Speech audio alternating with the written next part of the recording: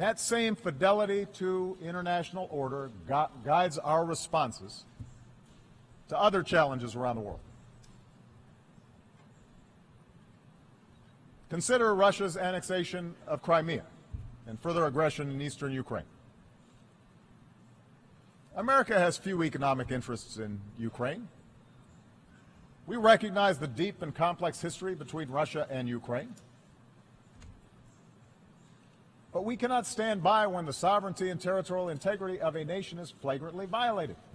If that happens without consequence in Ukraine, it could happen to any nation gathered here today.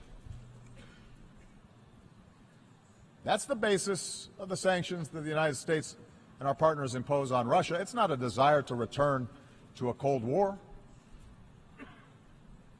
Now, within Russia, state-controlled media may describe these events as an example of a resurgent Russia.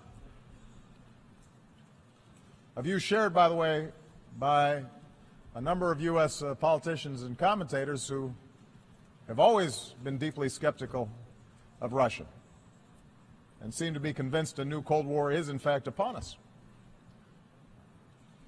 And yet, look at the results.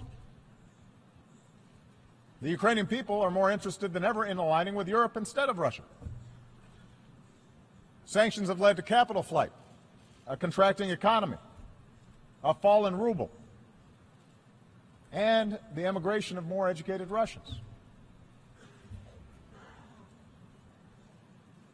Imagine if instead Russia had engaged in true diplomacy and worked with Ukraine and the international community to ensure its interests were protected. That would be better for Ukraine, but also better for Russia and better for the world, which is why we continue to press for this crisis to be resolved in a way that allows a sovereign and democratic Ukraine to determine its future and control its territory. Not because we want to isolate Russia, we don't, but because we want a strong Russia that's invested in working with us to strengthen the international system as a whole.